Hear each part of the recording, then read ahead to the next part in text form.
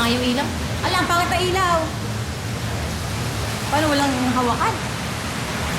So guys, dito po tayo sa loob ng cave. Oh, may tubig yung cave. O, tingnan nyo naman, naganda. Ang lamig ng tubig, no? Ang ganda, oh. Ito pala yata pa. Ito pa dapat. So, pwedeng maligo dito sa loob. O, tingnan mo yung dadaanan nyo pa na yung tubig yan. Running water. At yung tubig niya napakalamig at napaka-crystal clear. Ay! Pinyeta, mababasa ka din. Pagpag! Parang hiya! Ako na ilaw.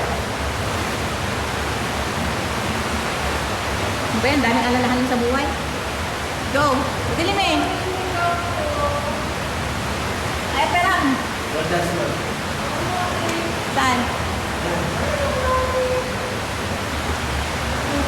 Ay! Ano ba? Nakakatakot naman kayo!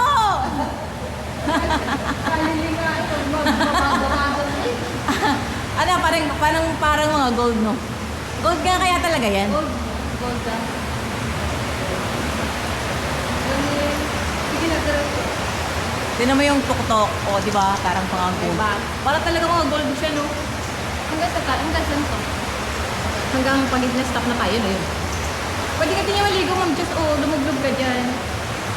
Mag-ingat ka sa batot, matulis. Grabe yung tubig dito. Ang dami. Ang ganda, no?